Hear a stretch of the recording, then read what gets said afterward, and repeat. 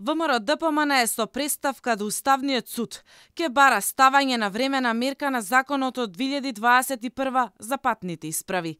Лидерот на партијата најави дека се разгледуваат опции како да се надмине хаосот со личните документи. Имаме две опции. Едната опција е во парламентот да се донесе закон со кој што рокот ќе се продолжи. И тоа е една од опциите.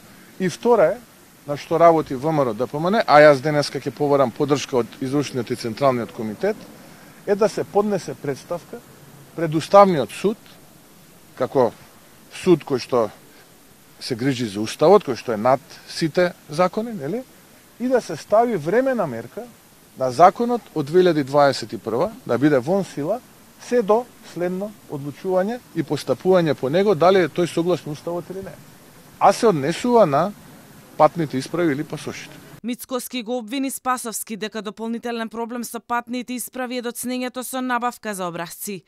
Тоа според него е намерен потек на власт, затоа што доаѓа техничка влада, каде што технички министер на МВР ќе биде од редовите на ВМРО-ДПМН. И со тоа ќе се создаде вакуум простор до март, кога треба да дојдат новите образци, и тогаш да се обвинува идниот технички министер кој ќе дојде од ВМРО-ДПМН.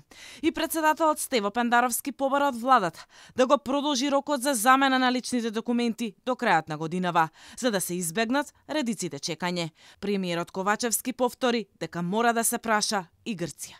Председателот Пендаровски, кој ќе има разговор со грчката председателка, ќе ни информира и потоа ќе можеме да постапуваме. Во меѓувреме на шалтерите на МВР и пунктовите отворени за вадење лични документи се случува невиден хаос. Граѓаните нервозни се туркаат и се расправаат за да се фотографираат, но и за да ги земат готовите лични документи.